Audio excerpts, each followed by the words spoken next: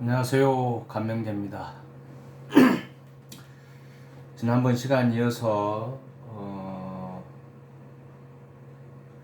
오행에 대해서 지난 시간 좀 간단하게 설명을 좀 드렸죠. 오늘은 그 오행, 목화토금수 각 기운마다 그 배속되는 그 천간들의 기운들에 대해서 이제 하나하나씩 배워볼 생각입니다. 일단은 미리 좀 써놨는데요. 대자연의 순환의 어떤 법칙, 순환의 기운들의 부호로 표시한 게 그 기운들을 대자연의 순환을 이 목화토금수 5단계로 보아서 이 천간은 하늘의 변화의 법칙이고 지지는 땅의 변화의 법칙을 부호로 나타낸 게 자축인묘 진사오미 신유술해다. 그러니까 이제 이게 이 갑을병정 무기경신인게 이것이 이제 각자 이렇게 이 목이라는 기운에 하늘의 기운, 목이라는 그 하늘의 기운을 이렇게 또 음양으로 나누어 배속해서 일단은 이게 또 양, 양, 양, 양, 양, 이렇게 또 음양으로 나뉘어서 또 이렇게 배속이 된다는 거죠. 목화토금수의 갑을, 병정, 무기, 경신, 임계 이렇게 배속이 된다는 얘기입니다. 그래서 오늘은 이 목이라는 기운, 목이라는 하늘의 기운, 즉 천간이죠. 천간. 이 천간 중에서 이 목이라는 기운이 배속된 하늘의 기운, 갑을에 대해서 한번 공부해 볼까 합니다. 일단은 또 음양을 여기서 따져보자면 크게는 이 목화가 양이고 이 전환의 단계를 기운의 변화의 단계를 거쳐서 이제 음으로 여기가 음이라고 그랬죠. 크게는 이게 음이고 이게 양이고 이렇게 되는데 또 이게 나뉜다는 거죠. 다시 또 이 목, 화, 금, 수인데 이 목에서도 또 음양으로 나뉘고 화에서 음양으로 나뉘고 이렇게 된다는 얘기죠. 그래서 일단은 갑을병정 무기경신임계, 갑을병정 무기경신임계 이렇게 하늘은 이렇게 10단계로 천간으로 나뉘어 볼 때 10단계로 계속 끊임없이 순환한다는 얘기입니다. 그래서 오늘은 이제 어떤 천간지지를 본격적으로 배워보는 첫째 시간인데요. 이 갑에 대해서부터 이제 한번 공부를 이어나가 볼까 합니다. 일단은 뭐 갑이 뭐다, 무슨 기운이다 이런 설명하기 이전에 일단 저 갑이라는 글자가 어떻게 맨 처음 생겨났나, 이 갑이라는 글자의 자원이라고 그럽니다. 자원. 글자의 그 근원이란 얘기죠. 이 갑이라는 글자가 어떻게 처음 생겨났나, 이 자원을 연구해 놓은 책이 아주 유명한 책이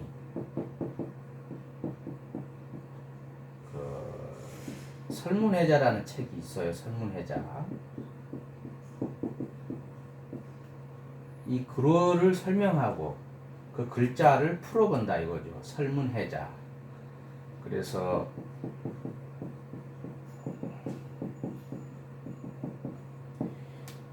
이 후한 시대, 후한이니까 이 양반이 한 이 정도 AD 한 30년에 태어났다 그래요. 그러니까 거의 2000년 전이죠. 2000년 전. 2000년 전에 이 후한대에 허신이라는 학자가 경학자라고 해요. 경학자. 경서나 어떤 책들을 설명하고 푸는 또 연구하는 그런 허신이라는 학자가 설문해자라는 책을 썼어요. 이 책이 아주 이 동양 고전학을 공부하는 데는 중요한 근간이 되는 책입니다.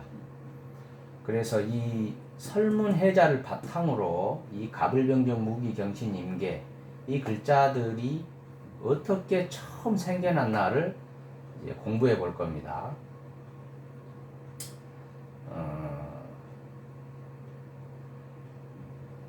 제가 이 참고한 이 설문해자 책은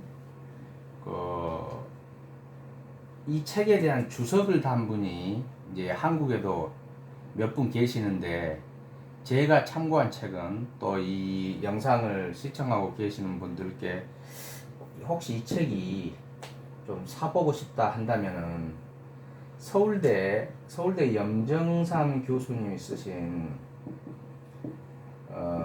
이 설문해자 주라고 있습니다. 설문해자 주. 그러니까 설문해자에 이 주석을 달았다는 거죠. 이분이 설문해자를 10년을 연구를 해서 쓴 책이에요. 이 교수님의 박사 논문을 토대로 해서 거기에 좀 더 가감을 해서 또 덧붙일 내용들은 덧붙이고 아무튼 그렇게 해서 나온 책이 서울대학교 출판부에서 나온 책이에요. 이 설문해자 주라고.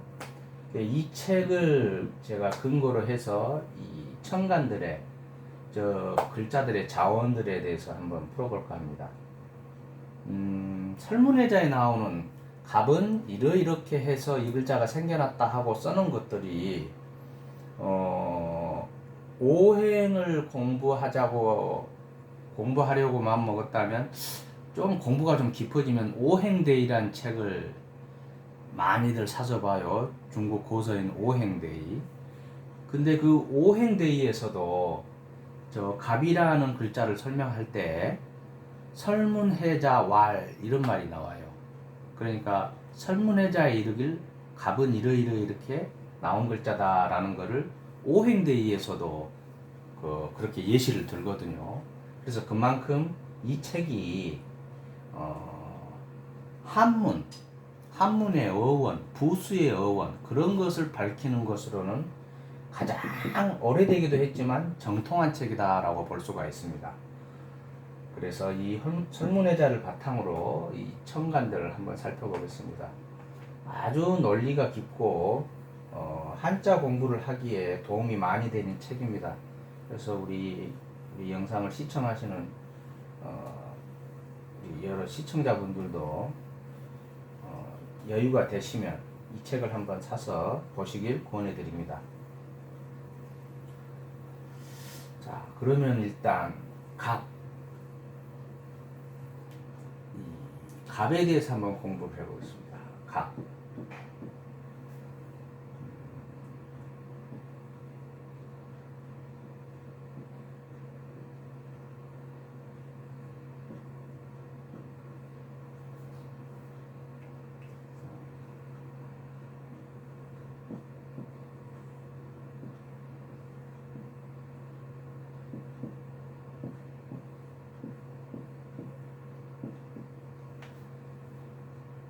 갑골문에 보면요, 갑골문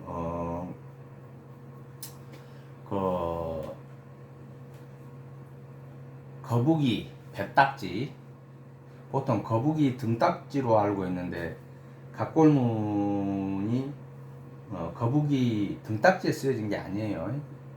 거북이 배딱지에 쓰여진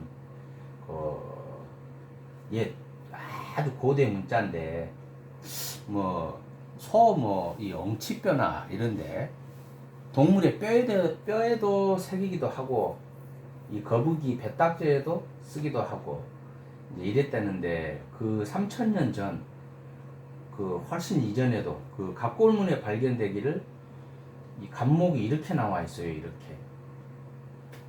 그러다가 좀 더 간소화된 게 이자예요. 그러고 이제 이렇게 변했다는 게 설문회자에 나와요. 그럼 이건 뭐냐? 이 땅 위로 새싹이 솟아났는데, 이 떡잎이 두 개예요, 이게. 새싹이, 떡잎이 두 개 났는데, 아직 그 씨앗을 싸고 있는 그 위로 이렇게 껍데기 있죠, 껍데기. 그 껍데기를 뚫고 나오지 못한 모습이에요, 아직까지. 우리 씨앗을 보면 씨앗 껍데기가 아주 단단한 이 투구처럼 그걸로 싸져 있죠. 그 모습이라는 거예요. 이게 좀 간소화돼서 이렇게 변했다가 다시 갑으로 변했다. 이러한 설이 있습니다.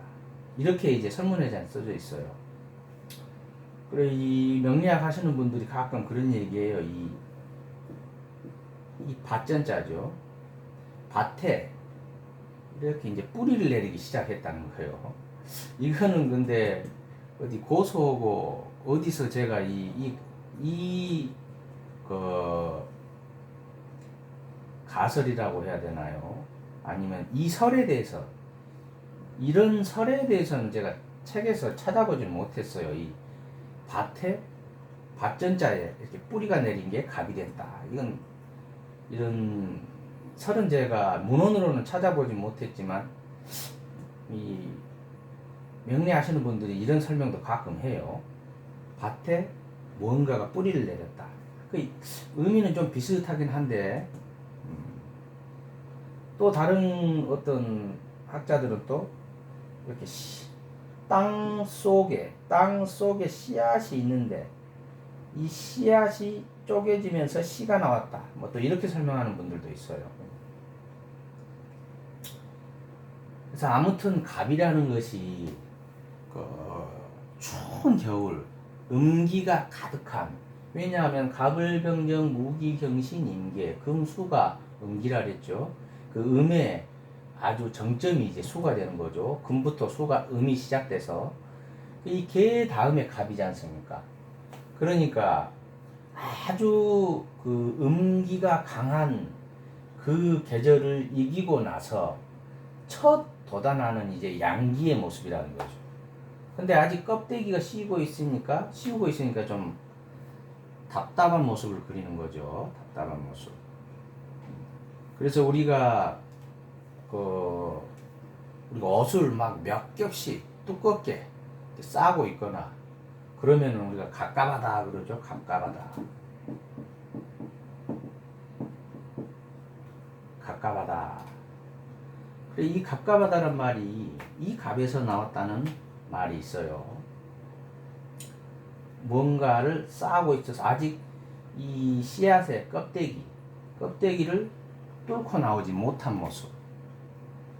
이것을 갑이라 한다.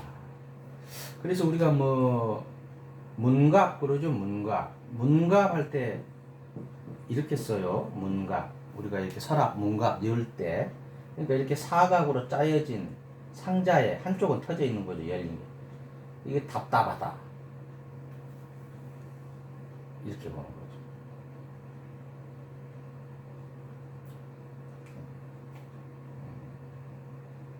그래서 이 갑목은 우리가 처음에 오행에 대해서 간단하게 공부를 해볼 때, 목을 공부할 때 제가 그런 말씀 드렸죠.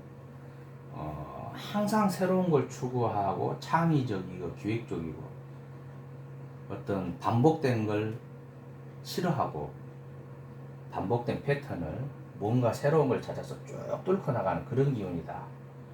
그래서 이렇게 중력을 이겨내고 누르는 게, 위로부터 누르는 게 중력인 것. 그 중력을 이겨내고 위로 뻗쳐 올라가는 모습이죠. 뻗쳐 올라가는 모습.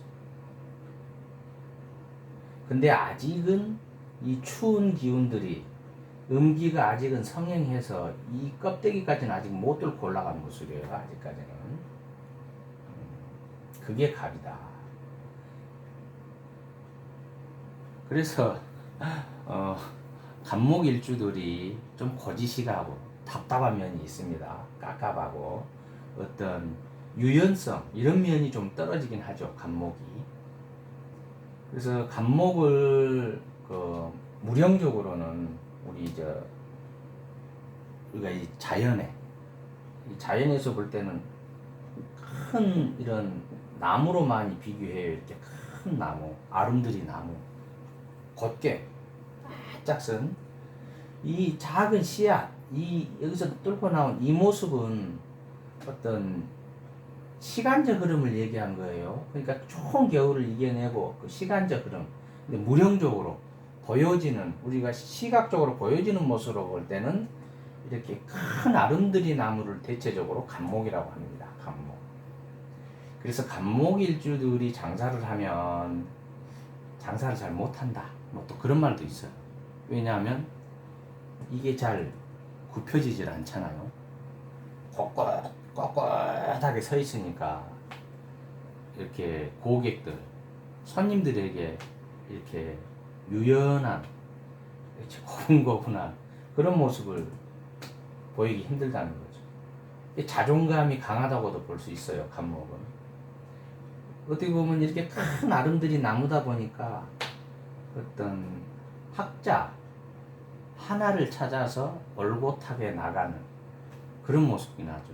학자나 어떤 기술직을 갖더라도 하나로 올곧이 쭉 나갈 때 좋은 게 간목이다. 그래서 일단은 목에서도 이게 양음으로 배속이 된다고 그랬죠. 그래 이 갑을병정 가는데 이 간목을 참 이 갑이 목이다 그래서 참 간목이라고 합니다. 간목. 우리가 사주를 풀 때 갑이 이래서 어쩌다, 을이 이래서 저쩌다 그렇게 말들을 잘 안 해요. 간목이 이래서, 을목이 이래서 이렇게 병화가 이래서 저래서 정화가 이래서 저래서 이렇게들 통변을 할 때 그렇게들 얘기를 해요. 그 이유가 이 두 개는 목이고 이게 두 개는 이제 화가 되는 거, 화의 기운이 되는 거죠. 엄밀히 음양으로 따지면 이제 간목은 양목이 되는 거예요. 양목. 음양으로 볼 때는 양기이니까 양의 목이라 해서 양목.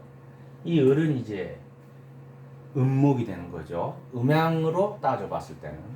근데 우리가 대체적으로 이 기운들을 이제 우리가 사주를 풀면서 통변하면서 부를 때에는 간목, 을목 이렇게 얘기를 합니다.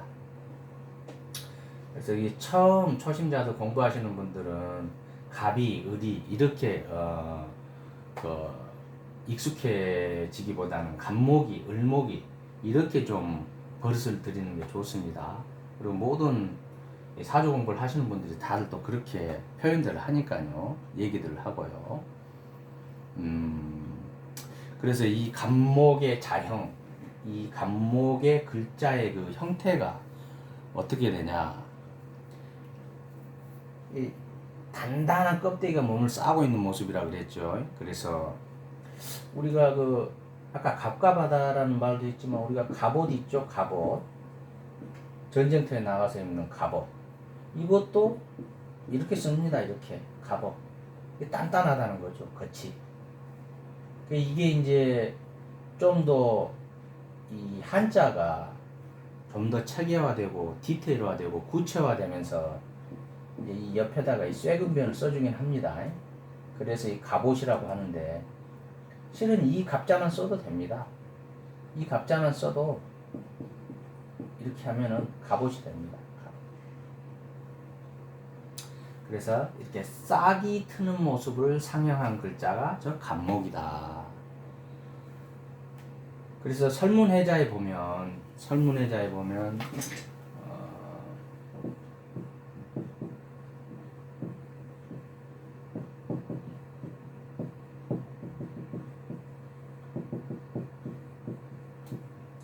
인두공이갑이라고 나와 있어요. 인두공이갑.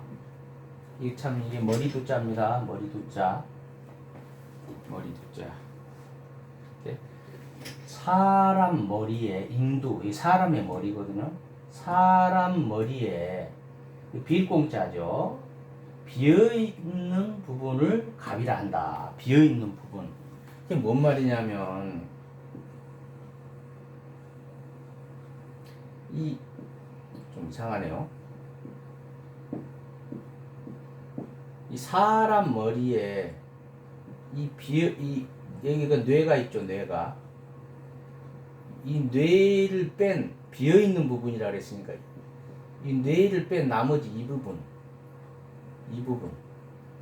그 우리가 흔히 해골이라고 그러죠. 해골 두개골이라고 그래야 되나요? 두개골 이 두개골을 갑이라 한다 그렇게 돼 있어요. 설문회자에 보면 그러니까 이 뇌를 보호하고 있는 싸고 있는 이 단단한 부분 이 부분을 갑이라 한다. 인두공이 갑 이렇게 나와 있어요. 그래서 이 갑이라는 글자가 머리를 뜻하기도 합니다. 사주를 풀 때 갑 그러면 우리 인체 부위에서는 이 머리, 두뇌 이런 걸 뜻하기도 해요. 그러니까는 사람 인체를 볼 때 가장 위 말 그대로 머리니까 수뇌부 또는 리더자, 대장, 지도자 이런 걸 갑으로 많이들 해석을 하죠. 인체에서는 이 머리 이 부분이다 보니까 머리 부분이다 보니까 이 갑의 기운으로 태어난 사람이 사주의 다른 기운에 의해서 이 갑의 기운을 공격을 하게 되면 이 뇌 쪽에 뭐 뇌혈관 질환이든 어떤 그 신경계 질환 우리가 팔이 아프든 다리가 아프든 그게 아프면 결국 신경을 타고 와서 뇌에서 우리가 그 통증을 느끼게 되죠. 신경계 질환, 뇌혈관 질환 그런 쪽으로 많이 사주를 풀 때 추론을 합니다. 그래서 갑은 보시다시피 이 천간 이 10개라고 해서 10천간이죠. 천간이 기운이 10개 그래서 10천간인데 가장 먼저 시작하는 게 갑이죠. 그러니까 머리 부분인 거예요. 첫째 글자. 우리 사회적으로도 뭐 이제 뭐 너무나 흔한 뭐 이슈이기도 하지만 갑질하다 할 때 이 갑이에요. 갑. 그리고 을인 거죠. 두 번째가 이제 을인 거죠. 그래서 무령적 모습으로는 이렇게 커다란 나무로도 보기도 해요. 커다란 나무. 그래서 거모, 어떤 상아탑, 빵 뜯어져 있는 상아탑. 그래서 또 작게는 지휘봉, 지도자가 가지고 있는 게 이런 머리 부분, 수뇌부, 지도자가 갖는 게 지휘봉, 이 지휘봉이죠. 지휘봉을 뜻하기도 하고, 건물이나 건축, 지도자, 책임자, 또 뭐 우두머리, 또 이 나무다 보니까 교육자, 뭐 이렇게도 추론을 합니다. 성향은 저번에 목 얘기할 때도 잠시 다뤘지만 창의적이다, 기획적이다, 개척정신이 강하다, 진취적이다, 굉장히 미래지향적이다. 그리고 목이 계절적으로 볼 때 물론 천간에 우주에 뭐 봄, 여름, 가을, 겨울이 있는 건 아니지만 굳이 배속을 하자면 이제 이쪽이 봄, 여름, 장하, 가을, 겨울이 되는 거죠. 이제 하늘의 기운이긴 합니다만 그래서 이 갑목, 을목은 이제 청춘 저번에도 말씀드렸다시피 이제 막 시작 단계의 아주 파릇파릇한 그런 모습의 젊은이들을 상징하기도 하죠. 젊은이. 또 이 나무, 자라남, 배움 이런 거기 때문에 학문과도 인연이 깊고 또는 갑목을목이 지적 욕구도 아주 큽니다. 배우고자 하는 무언가 배우고자 하는 지적 욕구도 아주 크다. 그렇게 설명할 수가 있습니다. 그래 이제 좀 자세하게 직업적으로는